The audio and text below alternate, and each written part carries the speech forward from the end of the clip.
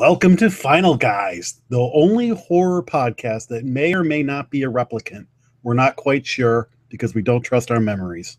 Not because of anything except for all the alcohol that we've drank. It's literally my problem. Yeah. I'm Jack, and this is my partner, Jason Brant.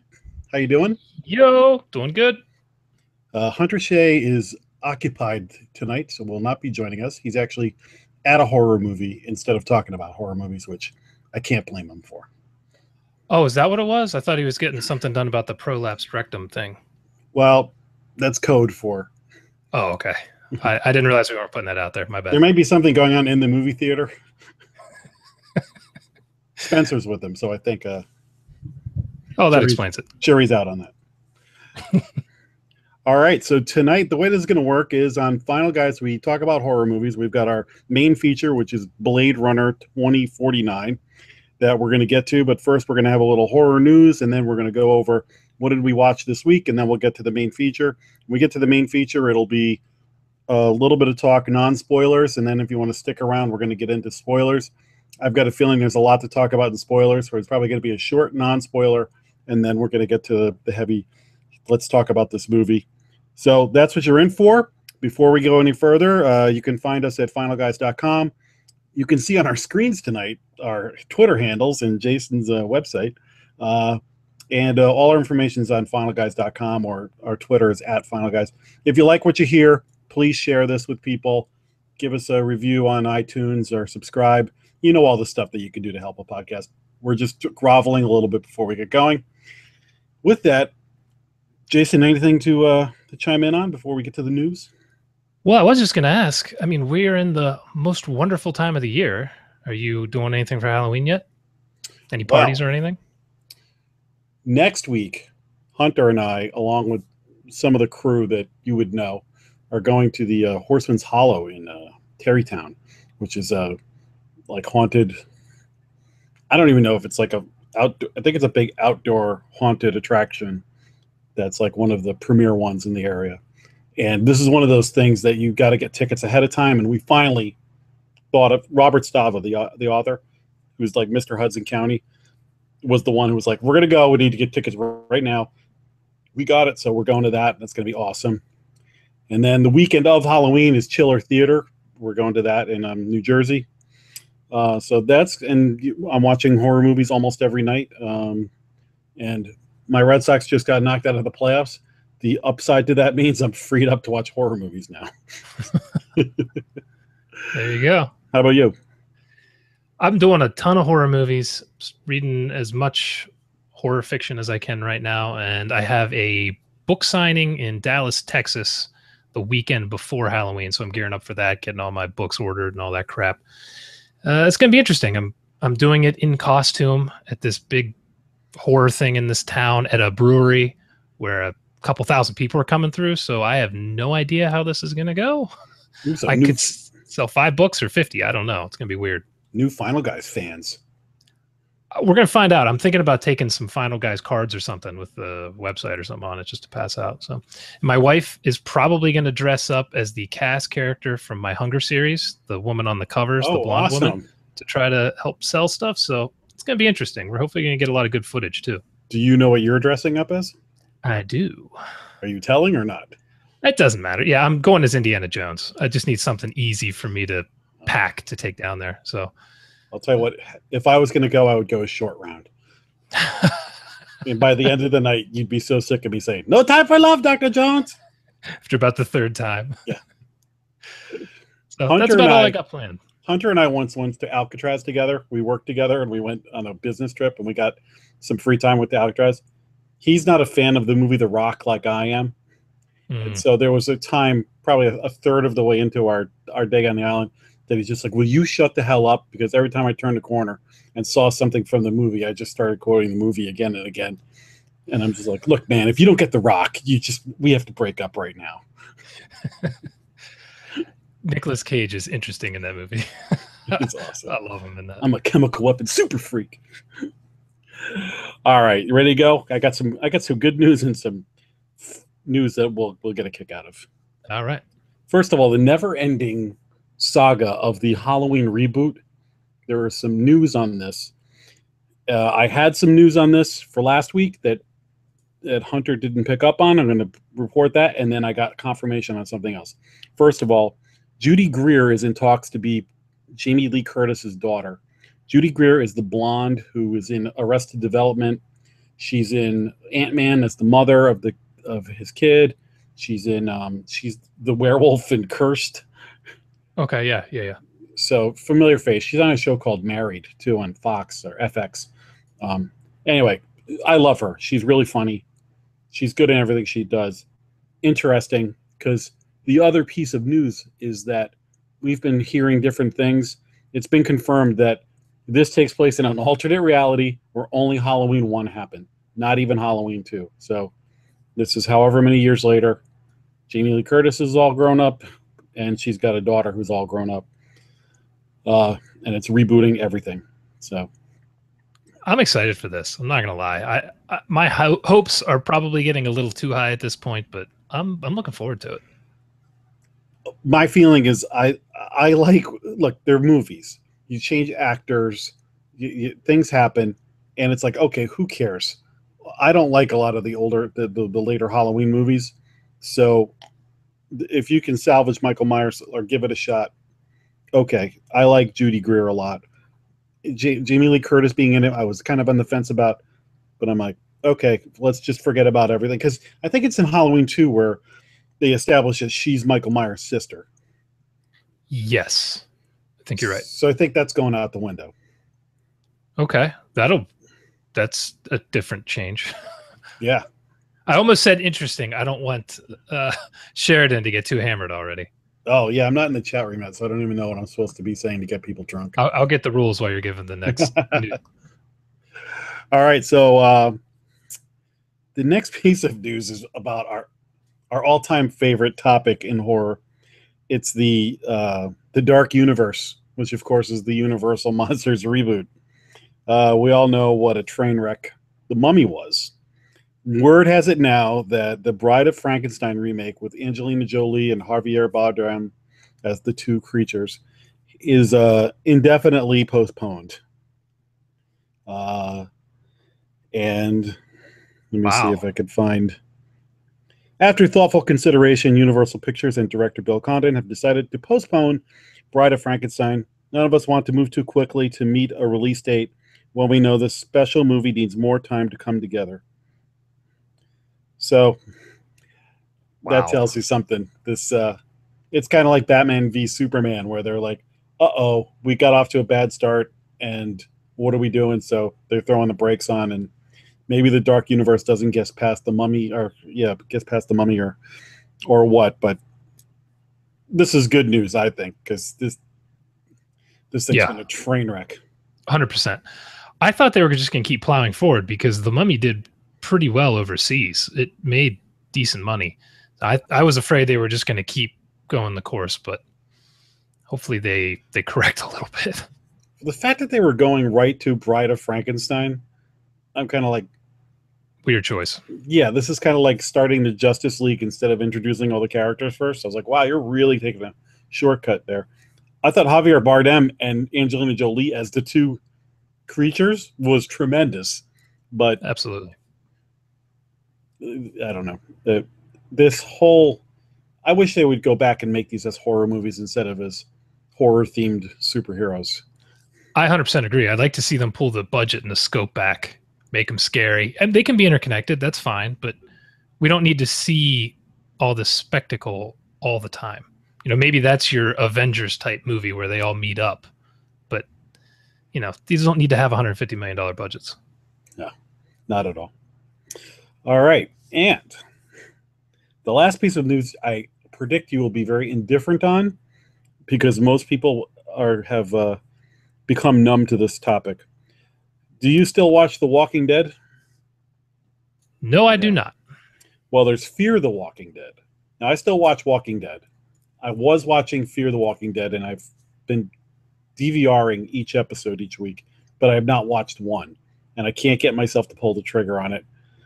However, and I think because of this very phenomenon, I bet you the ratings for that show aren't doing well. They always said that the two shows were never going to cross over, and at Comic-Con, Robert Kirkman said, yes, they are in fact going to have a crossover. He said one of the characters from one of the shows is going to go over to the other show. He didn't say which character or which show was going to get it. My guess is one of the Walking Dead people will end up on Fear the Walking Dead. You know, like suddenly, yeah, like suddenly, Carol decided she needed some time, so she went to the West Coast. And yeah, I stopped watching The Walking Dead about halfway through last season. It just really lost me. I need to go back to it. I don't want to get completely out of sync, but I've lost all desire to keep up with it weekly. Yeah, I wasn't doing it. I'll keep up with Walking Dead. It's easy enough to watch it. But Fear, there's not one character on that show I give a crap about. It's really hard to watch. And I mean, we're talking about a zombie TV show. This should be like our favorite thing ever. It's a shame. Mm-hmm. And no, it's not on my sheet here, but because of Comic-Con, I'll just throw a few things at you quickly. A few trailers dropped. There was a new Justice League trailer. I don't know if you saw that. I did. Oh my God. A lot of red sky, a lot of CGI, and they really Joss Whedoned it up. There's a lot of like quips and one-liners and Aquaman saying surfer kind of stuff. It did not look good to me. I'm hoping it's better, but that trailer really did not look good to me.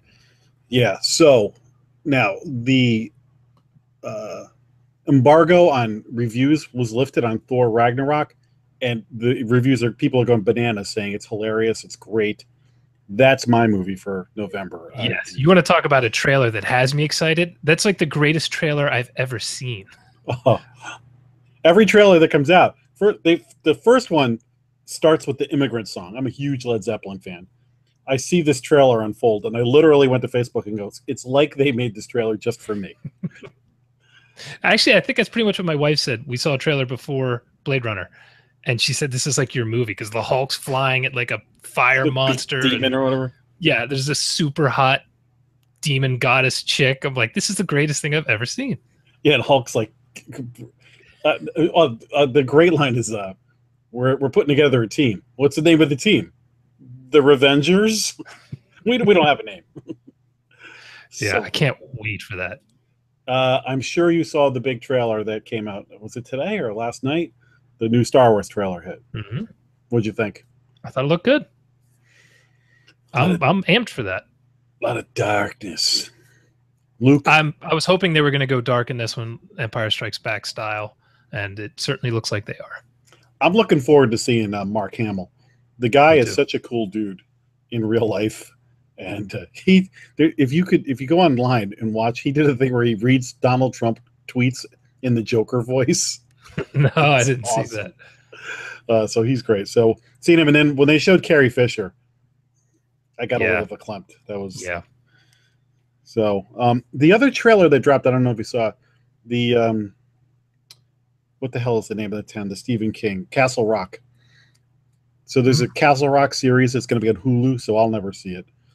That is a Stephen King centric thing, but I don't know exactly what it's going to be. But there's a trailer, so if you're well read in Stephen King, you might see a lot of Easter eggs in there. I'll check that out. So that's going to be on Hulu. I don't have Hulu, so I don't either. But I'm not opposed to getting something for a month to watch. Binge watch 10 episodes. So yeah, we'll see. And that's about it. Very nice. So actually, some good news. Yeah. So having said that, let's go to watch lists. All right. What do you got for me? I watched some good stuff, but I want to hear what you did first. I watched a lot of stuff, some of which I'm not going to mention. I did see one on Prime called Beacon Point, which was an alien movie with a group of hikers on the Appalachian Trail. And they encounter weird stuff. It started off promising. I thought this movie looks good, sounds good, the acting's good. Ideas, I'm in. And about halfway through, it just really started to fall apart, and there's almost no ending. There's no explanation as to what's going on, and it ended up being a very frustrating movie. I kind of just wanted to mention that just to warn people. It's a public service that we provide. It starts off promising, and it's going to get your hopes up. There's just no ending. It was frustrating. But that's the only one I wanted to get out there. I just wanted to make sure people didn't stumble into that like I did. I watched Road Games from 1981, starring Jamie Lee Curtis and Stacy Keach. Have you seen that one? No.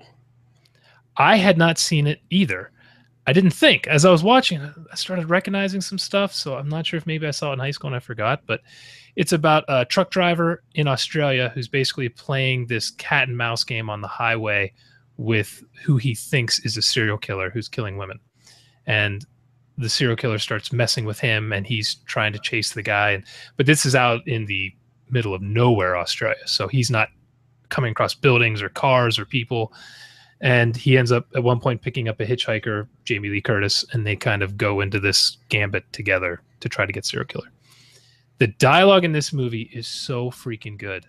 I am shocked it's not more well known than it is.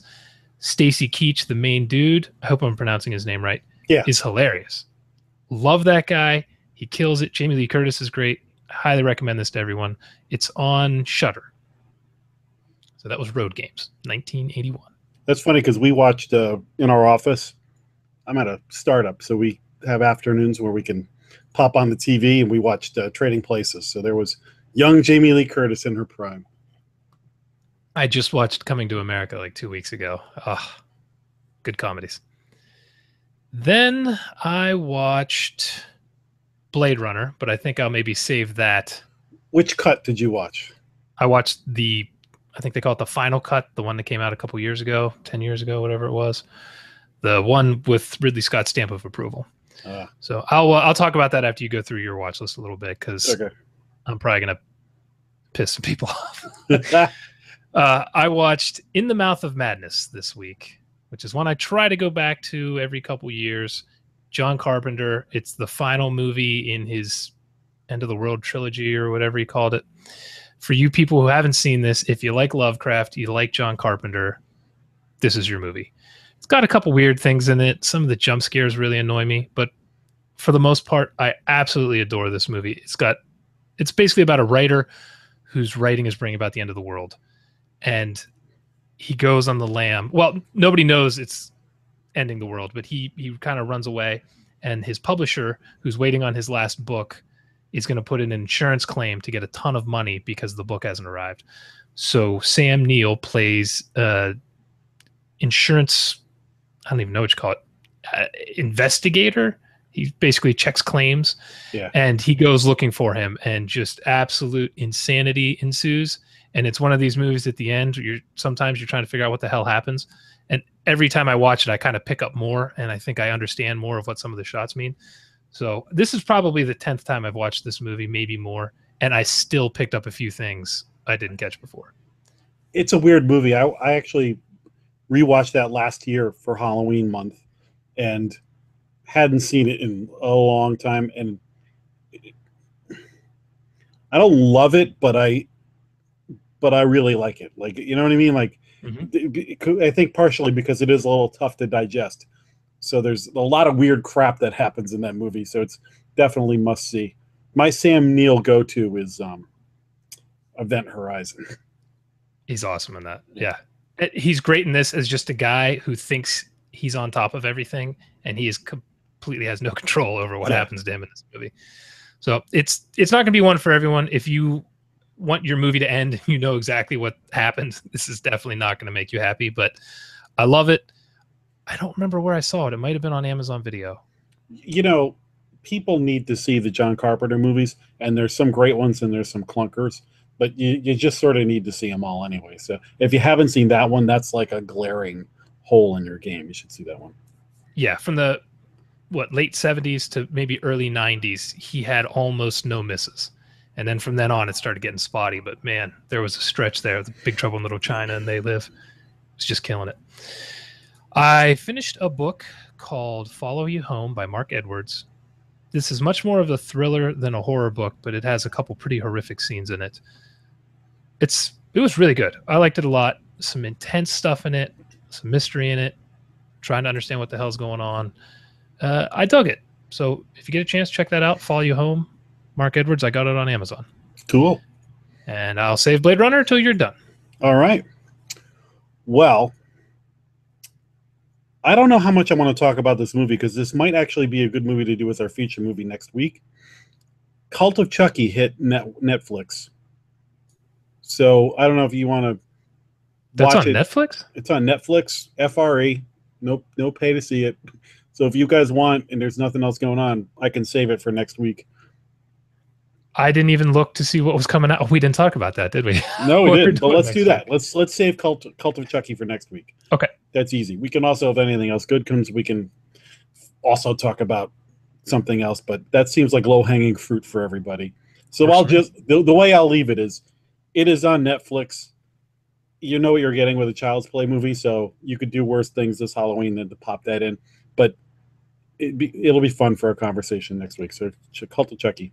Does it still tie into the previous movies? They kind of had a thing going with them. It does, and I haven't seen all the Chucky movies. I did not see the last one, so I didn't either. there was crap going on. Luckily, you don't really need to know a lot to get the gist of this movie. You know, a wise ass doll kills people. You know, and you get what you pay for, and it's free. So there you go. All right. I saw a few other movies. One which may be on my top 10 movies of the year. There's this. I'm going to use air quotes laser. The Transfiguration is a vampire movie. I've been wanting to see that. I just didn't get to it yet. I'm going to talk a little bit about it and then let you see it, and then we can talk more in depth about it maybe like next week. So I watched it and I liked it, and the next day I liked it more. It's a little slow in spots. It takes place like in the Bronx with this kid who lives like in like the projects, and he's not only has like shelves of vampire movies, VCR tapes, and is obsessed with it, but he himself says he's a vampire.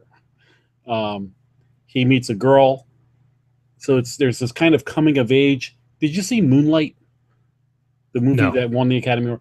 So there's like a piece of Moonlight where it's like the urban drama. There's this vampire thing going on in it. There's this coming of age thing happening. And again, there's going to be some people that this just isn't their cup of tea because it's not a flat out traditional vampire movie. I really liked it a lot. So, and like I said, I liked it, went to bed, got up the next day, and I was thinking about it. I'm going, this is a really good movie. So I'd love to see what you think about it. I'll just say that. If nothing else, this is one of those, like, I didn't like Mother, you did. It's worth seeing because it's one of those movies that's going to polarize people. So I'd be curious to see what somebody else thought of it. I loved it. So I'll try and check it out this week. Definitely. Here's another one I watched. Hunter really likes this movie, and when I told him I watched it, he goes, "Oh, what'd you think?" And I was like, "Eh." I watched the houses that October built. The houses October built, which is a found footage movie that takes place in the world of extreme haunts. Mm-hmm. They just made a sequel to this, so I was like, "Let me bang this one out." It's on like Prime or Shudder or something, and it didn't really. I was getting bored in the middle of it. I kept checking, like pausing it to see how much longer. And I thought to myself, this would have been way more interesting if it was just a documentary about actual haunted attractions. But they put in this whole found footage thing, which is kind of like Deliverance meets the Blair Witch. And so they do some kind of fun stuff right at the like last 15 minutes. So you could there's worse movies to watch. Hunter likes it a lot. For me, I was kind of bored during it and interested, so I'd say like watch it, but I didn't love it. Yeah, I saw that one last year. I remember liking it. I didn't like it as much as Hell House LLC though. I thought Hell House was way better. Yeah, but I liked it. It wasn't the greatest thing. I heard the sequel's not very good, but I haven't checked it out yet. Like I said, there was a part in the middle where I was just like bored out of my skull. So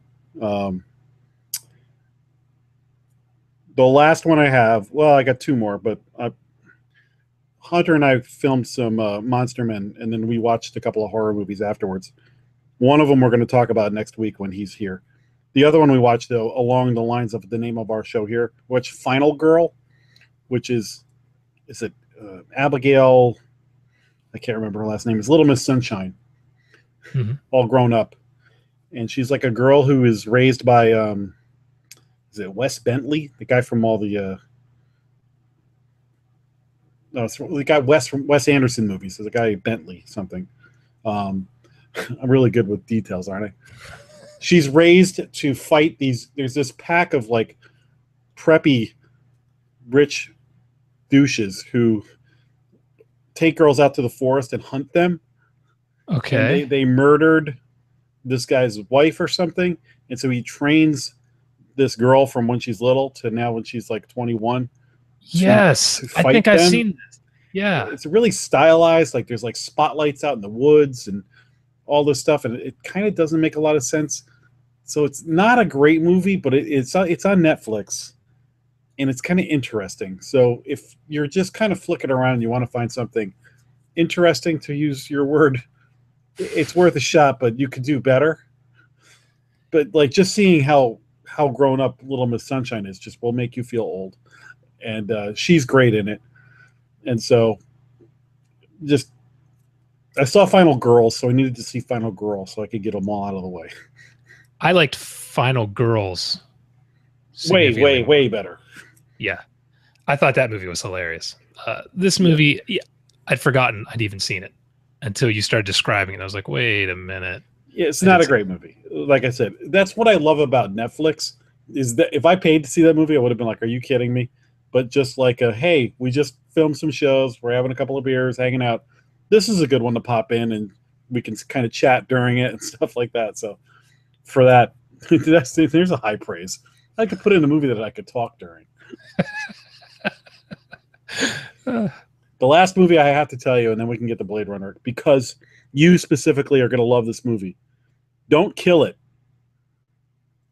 Dolph Lundgren as a demon hunter.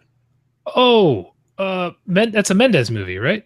The guy who did Big Ass Spider. Yeah, yeah, yeah. Which when I tweeted about it, he liked my tweet. So he's down. He's cool. He's the coolest. Yeah, and listen, I was like, there's two kinds of people in the world: the people that want to watch this movie and the people that don't. You and I are people that want to watch this movie. It's got enough laughs. It's got some great over-the-top kills, and there's like 3 or 4 major fight scenes in it that the violence is just over, the heads are going everywhere and stuff. It's just great. The concept is actually kind of cool. This demon possesses you, and then if somebody kills you, the demon goes into the person who kills you, and so it just keeps going. So the dilemma is, how do you stop this thing? That's a cool idea. I really like that. So they took that, but then it's kind of, they made like a sci-fi level movie, but you've got Dolph Lundgren. And is the humor on point? Mendez always has some good laughs. It's got some good laughs. It's not as funny as maybe I hoped it was going to be, but the whole thing is a big wink. So overall, listen, first things, look up Dolph Lundgren doing a little less conversation, a little more action on YouTube. It's the greatest thing you're ever going to see. He's on this like talent show. He sings that song. He plays the drums and he does karate all in this dance number. So then you'll just be in love with Dolph Lundgren. Then you'll watch this movie, and then you can write in the comments of thanking me for making your Dolph Lundgren day. I'm gonna have to check that out. Where'd you see it? Don't Kill It. Don't Kill It is on Netflix. It is on Netflix. Yes, and the great thing about it is if you're looking for like a short movie, it's only like an hour and 20. Oh, I might be watching that tomorrow. Now I'm pumped. Yeah. With that, why don't we talk about the complete opposite of a short movie? And let's get to the main feature, which was 2 hours and 43 minutes long. Blade Runner 2049. I want to start with saying, are you a big fan of the first Blade Runner? Big fan is not the way to describe how I feel about Blade Runner. I like it. I have a different relationship with Blade Runner than you do because I'm older than you. Do you want me to tell you it real quickly? Sure. If you're talking about the original cut, that was the first one I ever saw when I was a kid. So I'm at the age where Star Wars came out and Han Solo was the coolest thing I'd ever seen. Raiders of the Lost Ark came out, and I'm like, I never thought something besides Star Wars would be my favorite movie. And then that happened. And then all of a sudden this thing called Blade Runner was coming, and it looked like a awesome, like gruff detective action thing in the future. It was like, oh my God, this sounds awesome. And then this long, dark, rainy synthesizer thing happened that had like 3 or 4 great scenes in it, and a lot of like, and I love you, but wait, am I a robot? I don't know. And I was like, Blade Runner's boring. Then I grew up a little bit, got a little older, revisited it. I'm like, okay, putting the, grown up eyes on this, good movie. However, this thing happened in that time where suddenly like film school students and this cult came around Blade Runner, where suddenly it was like, it influenced everything. So it was one of the, like, Pulp Fiction and Blade Runner left fingerprints on the next, generations. So suddenly Blade Runner became like this landmark thing. So I go back and watch it, and I'm like, great. So I saw the second cut without the narration, and I comparing the two, I was like, okay, that's an improvement. Yeah. And also stuff that I just went way over my head as a kid. It never even occurred to me that all this, like, a lot of stuff that people were like having these debates about, I was like, I didn't really care when I walked out, or I didn't even think about it or whatever. So a lot of the issues I brought there. So I came to appreciate it as a pretty good movie that I still think is kind of slow in spots. And so I'm like, yeah, it's a pretty good movie, but I'm not in the cult of Blade Runner, which I know there is. I expected you to be in it. I am not in it. Oh, wow. I'm pretty close to you, actually. I'd seen it. The last time was probably in college, and I walked away from it again thinking, this is probably the best looking movie pre-CGI that was ever made. Just stunning. Watching it last week, I couldn't believe how much it holds up, too. The effects are just unreal in this. Rutger Hauer kills it. Yeah. I love the way the story... I love the story. What I don't like is the way the story is told. The movie feels much longer than it is. And I'm not going to lie, and this is why I said everybody's probably going to hate me. I find the movie a little boring. Blade Runner, the first one. I find it a little boring with some super cool stuff in it. The way the story is told is what always kind of bothers me. It feels like it jumps from one scene to the next. He's supposed to be this great detective, but we never actually see him do detective work, except in one scene where he's telling the computer to zoom in on the image 80 million goddamn times. Yes. That's the only detective work we see him do, and it drives me crazy to watch that scene. Get a big monitor. Yeah, visually, it's incredible. The audio, incredible. Some of the acting, incredible. It's not a movie I care to revisit that often, because I really wanted to check my email multiple times while watching it. I'm like, no, I just need to focus on it. I'm going to have to watch the sequel tomorrow. So I like it. I don't love it. I appreciate it for what it did for the industry. It's just not one of my favorites. So we are exactly on the same page on this one. 100%. When you were describing it, I was like, I don't even need to say anything. That's funny, because Hunter, if he was here, he loves it. So, I remember him saying that, yeah. So I don't know if it's in there, but we should shit on Hunter. He's a pretentious bastard who he thinks his crap doesn't stink, and his opinion is invalid, particularly on this movie. That's the prolapsed rectum. Yes. I did want to say one other thing about this. The changes to the final cut that say straight up, if you haven't seen Blade Runner, I'm going to spoil it a little bit. The movie's 35 years old. What are you doing here?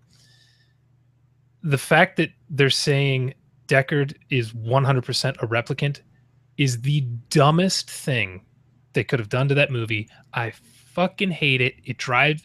I couldn't believe watching it, because I hadn't seen it, I don't think, since the unicorn thing. I can't remember, but it really bothers me, because he's a replicant, but he has none of the strengths of replicants. He completely gets his ass kicked every time he sees them. He's dumber than them. I just don't understand the purpose of it. It has nothing to do narratively except to trick the audience. And I hate it.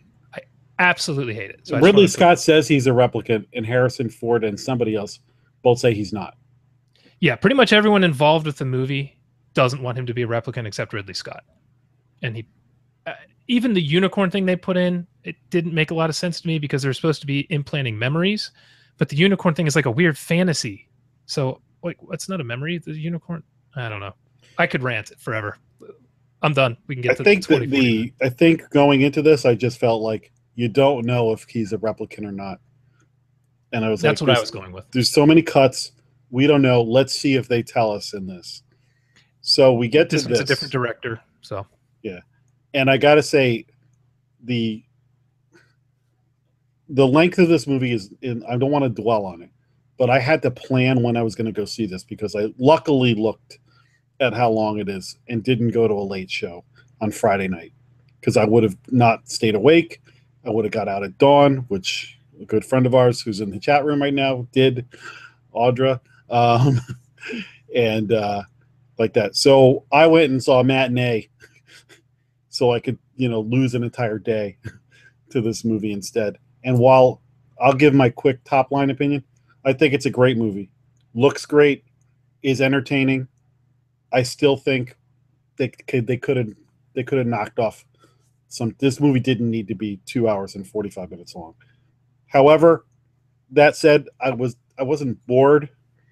Just sitting through 2 hours and 45 minutes of anything can take some effort. So that's my one complaint on it. But I overall enjoyed it. In comparison to original Blade Runner, this movie maybe overall doesn't have the slow spots that Blade Runner has, but it also doesn't have the high points that Blade Runner. There's no Daryl Hannah in the doll outfit doing cartwheels and kicking his ass. There's no batting the gun out of the guy. There's a few good action scenes in this movie, don't get me wrong, but there's parts that when you're watching Blade Runner now, you're waiting for certain scenes to come. Oh, okay, now I got to stop and watch it. This had some great scenes, but nothing. It doesn't hit the peaks that the other one does. But overall, great, best looking movie of the year probably. And overall, you should go see it. I liked it. You pretty much just summed up my opinion again. I actually like this movie better than the first one. The only thing that's going to keep me from going back and rewatching it a lot is the length. And this is one of the drinking things. You know what? We should have mentioned the drinking game rules before the episode. I didn't look. I think one of them was if we talked about how long the movie was. Oh, then you're going to drink. Yeah. Get ready to get hammered. Damn, this was long. And I was into the movie the entire time. There was no point where I wanted to check my phone or see what the messages were. I was in. I thought it was outstanding. Like you said, visually, I don't know if this movie has a peer right now. It's just absolutely stunning. The audio in the theater I was in was so intense and so loud and so cool. I loved it. So into this movie. God damn, if they could have cut like a half an hour out of it, it just would have been the perfect movie for me. And I don't mind 3-hour movies, but there's got to be a lot of action. And there were definite lulls in this. Not where I was bored, but where there's not a lot of action happening. There's a lot of slowly walking down hallways, watching ships fly across beautiful skyscapes and things like that. So I loved it, but damn, it was long. Yeah. I had to not only get popcorn, but also M&Ms. So I had rations to get me through because I'll just get too bored if I don't just have something.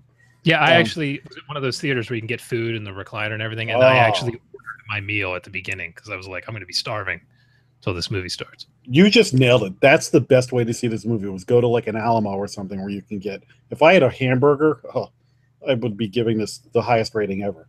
Yeah, I had a meal, a drink. I was in a recliner. So I was happy. It's a small theater too. There maybe only 20 people can actually sit in there. So there was no one talking. There's no asshole. It was great. I get the caramel M&Ms. They're so good.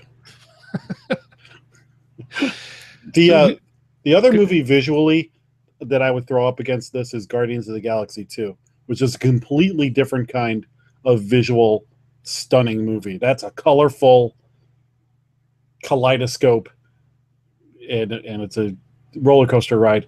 This is like dark, gritty. Very different. Yeah. There's so much going on in Guardians of the Galaxy 2 in particular. Sometimes I have trouble seeing what the hell's going on the screen because there's so much action. This is the exact opposite. It's often one thing moving on the screen across, Vegas or whatever it is. Yes. So it's completely different, but super stunning. I really liked the story of this too. It flowed so much better for me. We got to see him do actual detective work in this movie, and it was good. I liked it. I liked what they did with the female replicant who is like selling other replicant models at the beginning, and she gets a call. And then about an hour later in the movie, she's the most badass female character, maybe the most badass female character of the year. Some of that shit she was doing was so super tough. Loved it. She was the closest thing to the Daryl Hannah. Yeah. She had some serious power poses towards the end when she was executing other replicants and kicking the shit out of Ryan Gosling. Really cool stuff. I think there's going to be a couple of different schools of people that see this movie. There's going to be the Blade Runner crowd that goes, sees this, analyzes it, talks about it, debates it, sees it 15 times, buys the Blu-ray. There's going to be mid-level people like us who will see it, we'll watch it again. We can be conversational about it, but we'll move on to other stuff. And then there's going to be normies who is, I saw Blade Runner, maybe I did, maybe I didn't. I go in, and so much stuff's going to go over their head. And like, I'm the kind of person, and so are you, that will go look stuff up, watch a video that explains the ending, and go, oh man, I totally missed that. Or, oh, I was on the right track on that thing. There's a lot of people that don't care enough to go and research this stuff, and I think there's a lot of stuff in this that is going to fly over Joe Public's head.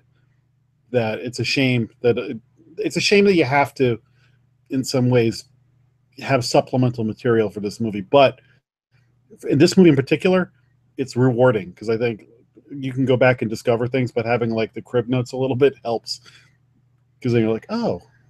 I saw a review where they were saying you can see this movie without seeing the original. I'm like, what are you talking about? You would miss so much. Don't do that. Don't do that. Even if you're not a huge fan of the original, this is a slightly different take. It still shows the same tech. It still shows the same world. It's just the visuals are better. The sound is better. The acting is better. The story flows better. But you have to watch the original. If you're a guy and you're dating a girl and you win on what movie we're going to see tonight, and you bring a girl who never saw Blade Runner and is like normally not watching this kind of stuff to this movie that's 3 hours long and is a sequel to a complicated movie, to a 35-year-old movie where Harrison Ford doesn't show up for an hour and a half,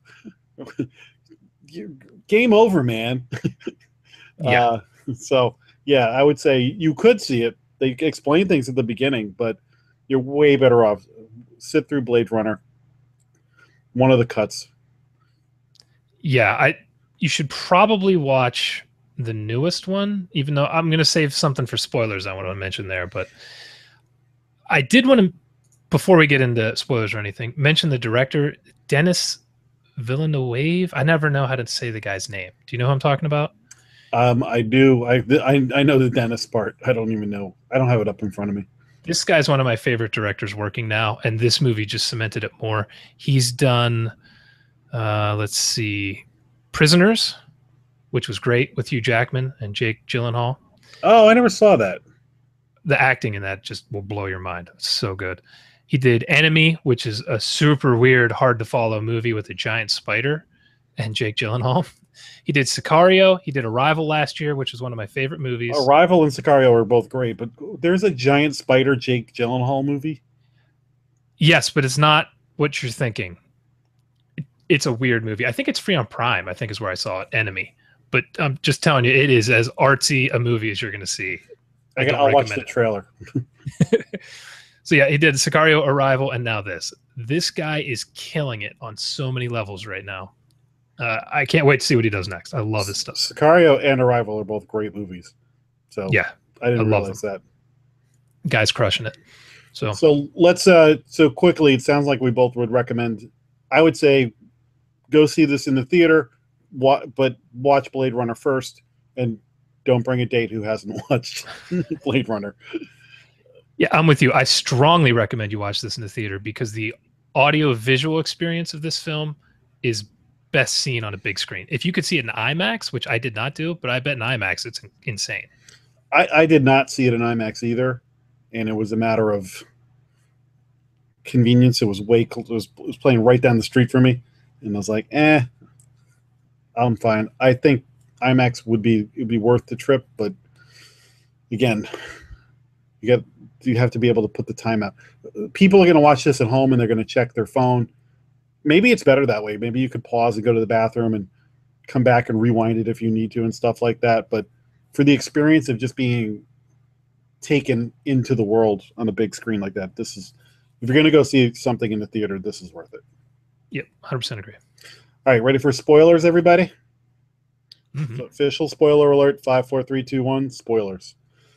Okay, can't believe Harrison Ford was really a woman the whole time. And it was crying game in space. Yeah, it was Caitlin Deckard. The thing I wanted to mention is he a replicant thing or not? And I thought this movie did a really good job of not touching it for the most part. That one scene with Jared Leto's character, whose name I can't remember, where he said, you know, were you put with this woman intentionally to come out to create a baby? That was the only mention that he might be a replicant. Yes. I dug that. Yeah, because people were saying, well, why doesn't he just take apart Deckard right there then? And he said he was going to take him off world. Anyway, so they were ambiguous enough with the whole. And I'm glad they did that, because if they had given a definitive yes or no and ruined the legacy of the first one, I was like, how the hell are they going to do this? And but you're totally right, because Ryan Gosling goes toe-to-toe with Batista at the beginning because he's a replicant and he takes him down. Harrison Ford gets his ass kicked by Daryl Hannah. Bad. Yeah. You know, so I'm not buying him being a replicant there, but I liked that, like, right off the bat, they tell you that he's a replicant. So they don't play that game with you at all. Which is what I thought they were going to do. They played another game, which I loved. Yes. There was some stuff going on that, again, this is one of those ones that I'll go back and watch it, but listening to like a podcast about this, they started talking about the whole that hologram chick that he was in love with, that he got the portable version of her, and then they had that sex scene where the girl comes in and they kind of merge. There was a lot of cool stuff there. And then later, let me go back to that for a second, but there's a point where the hologram thing gets destroyed, and then he sees a commercial for that model. That was and depressing, he's like, man. Oh, wait, is everything she said to me, she's saying it to everybody else? And I'm like, all wow. code. Yeah, that bummed me out, man. Yeah, when she said Joe, and what was the other thing she said to him all the time about being special or something? I don't remember what it was. It was like, my God, everything she was saying to him is just pure programming crap. It's like, oh. And he just had this look on his face like, God damn it. Yeah, that was tough. And it was being told to him by a giant naked woman, naked hologram. That's where he went from replicant to replicant. Lost all of his confidence. Yeah, that scene, I wanted to mention that scene in particular because that was just a kick to the nuts. Also, probably the best giant naked woman movie of the year. Definitely, 100%. Top 10. That sex scene with the hologram and the real person, that's some filmmaking there. I'm watching this going, okay, they figured out something new. It wasn't raunchy. It was like a distasteful special effect thing. There was layers. I was like, okay, kudos here. What? That scene blew me away. It was so bizarre and interesting. Interesting. There you go. Drink. Drink. I loved it. I loved the filmmaking of that. It was so cool. Yeah. Ryan Gosling, good actor, man. He was perfect for this role. He showed just enough emotion through it to keep it from being boring. You know, where he's just a robot with no emotions. He would just at the right points do exactly what he needed to do. I thought he killed it in this movie. So let me jump to the end before we get into Harrison Ford. But Does he die at the end? Ryan Gosling? Yeah. I took it as such, yeah. Because You that's didn't? another thing that I'm not sure, because he had like the side wound, which traditionally in movies, that could be the thing like, oh, wait, look, I've been hurt so bad I'm going to die. That, you know, the person, it's like Planet of the Apes with Caesar. It's like, look, I got hurt in the side, I'm going to die. But then there's other times, look, I'm hurt really bad, but I'm okay later because it was over here, not in the middle. You know, so it was like ambiguous enough that it's like if they filmed, they decided to do a sequel to this soon, they could get him back, and if not, they could just say he died. I thought it was, but I thought he was dead, but then I was like, they didn't really exactly. I'm pretty sure his breathing stopped. So that was kind of why I took it as he's dead. But we're definitely not getting a sequel. This movie's bombing at the box office. So there's no sequel. Yeah. They're hoping to make their money back at this point. Robin Wright Penn, that whatever she goes by these days. Robin Wright. I think. Robin Wright. Princess Buttercup to me. She was cool. Glad Edward James Olmos got a little scene. That was great. I thought Robin Wright was really good. Her death sequence was disturbing with the glass. Oh, God. Very cool. I like when Gosling's going through the police department and the cop like calls him skin job. Mm-hmm. That was kind of cool. Yeah. Jared Leto was probably the most cartoonish of all. Yeah. I like him as an actor a lot, save for the Joker. There really wasn't much for him to work with in this. It really didn't seem like a role he even needed to be in. That's not shitting on him. It's just the role was small, almost no emoting, some dialogue, He had a little Dr. Evil going. You don't know what pain is, Mr. Powers. Yes, he did. I didn't think of that, but yeah. Yeah, he did. And what did you think of the big boss man, Harrison Ford? Okay, so we've seen retreads of Raiders of the Lost Ark with the latest, that abortion that was Crystal Skull. I was pretty lukewarm on Han Solo in Force Awakens. I thought I like the new characters, but I thought Harrison Ford at times was. I felt like it was him acting and not. It was like his shtick rather than real Han Solo. There was moments where I was like, "There's no like Empire Strikes Back Han Solo." That was like Harrison Ford doing old Han Solo. I felt the shtick. This actually I felt was the best character he's revisited because I was like, "Wow, this feels like Deckard."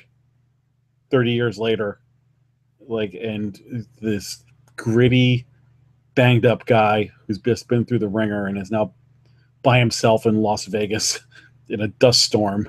I thought he crushed this. I did too. When I was talking with Nut Cup last week about it, I was hoping Harrison Ford would be awake for this performance because in some of his movies, it seems like he just doesn't give a shit anymore. He absolutely nailed this.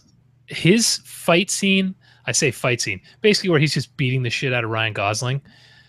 He was throwing those punches like it was old school Indiana Jones. It was great. I thought he was awesome. Yeah, he sells it.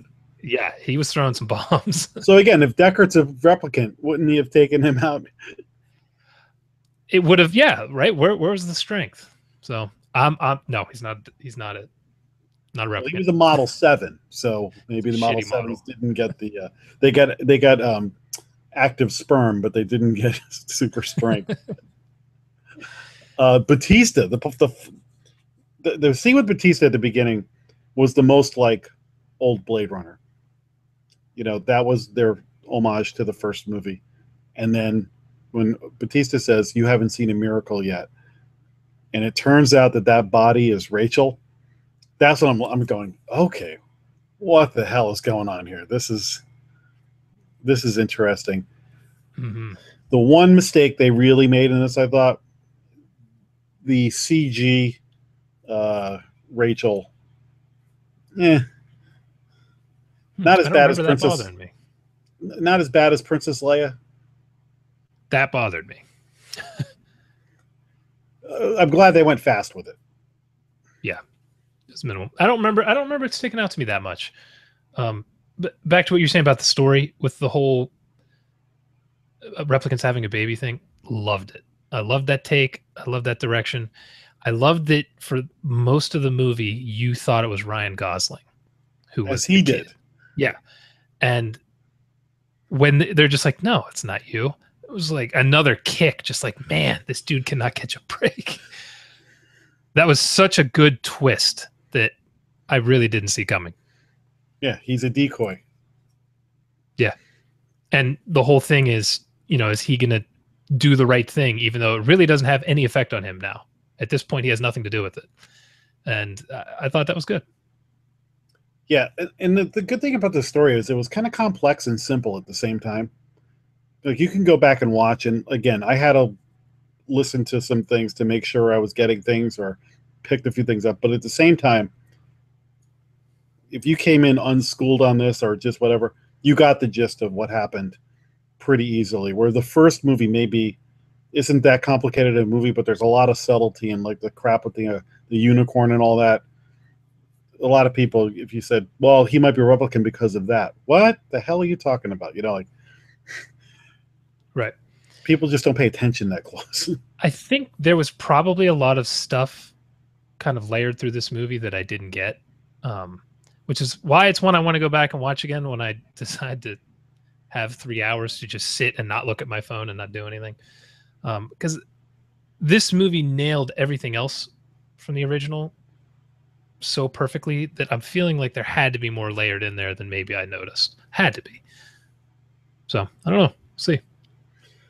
Yeah, I definitely want to see it again because I want to track some of the stuff that Ryan Gosling uncovers. I heard one great thing in a review I heard of this. In the first one, stuff just happens to Harrison Ford, and in this, Ryan Gosling actually is detecting. Yeah, no, I agree with that 100%. And then the question was, were there other decoys, and was he just the first that got to that tree, and so his memory was triggered? That's an interesting idea. Yeah, there was little things like that. I was like, okay, now that I kind of know the bigger picture, this is one of those. See, like, again, I have no interest in going back and looking at Mother again and looking for stuff. I'm like, I get it. Okay. This one, I'm going, it's like when I saw The Sixth Sense. I loved going back and seeing that movie a couple more times and going, oh, yeah, the color red. And, oh, right here, he basically says he's dead, like, or whatever. Right. And you didn't see it. So I think this will be a fun one, too. Maybe it'll be better when you're at home and you can pause it, or I'll watch half of it, eat dinner, and come back later or something like that. I don't know. But one sitting. Yeah, I'm going to definitely go back and watch this again. To be honest, I don't know. It's going to be a while till I go back and watch the original Blade Runner again. But this, I'm definitely going to get the Blu-ray because the visuals alone on a big screen with the, like high def HDR and all that shit, 4K, whatever, it's going to be incredible. So yeah, I'm down. All right. So thumbs up. We both say see it in the theater. Plan ahead. Go to the bathroom first. Bring a lot of food. Yeah. Don't drink a bunch the night before. It's going to be a long sit. Yes. Don't go to a late show. And if you don't see it in the theater, watch it on a big TV and turn your phone off. Hell yeah. All right. And so next week we'll do Cult of Chucky, and if there's anything else good on pay-per-view, but watch Transfiguration. We can talk about it next week. Will do. I'll put that on my list right now. Excellent. Before we sign out of here, too, this just for the YouTube audience. I was not in the chat much because with the two of us, I don't want to be not paying attention to what you're saying because I'm, in the chat and then I don't hear what the hell you're talking about. So I really didn't go in the chat much. Next week with all three of us, we'll be back in talking and being our usual dickwad selves. Yes. So that's all I got. Finalguys.com, baby. All right. Thanks everybody for listening, and talk to you next week. See ya.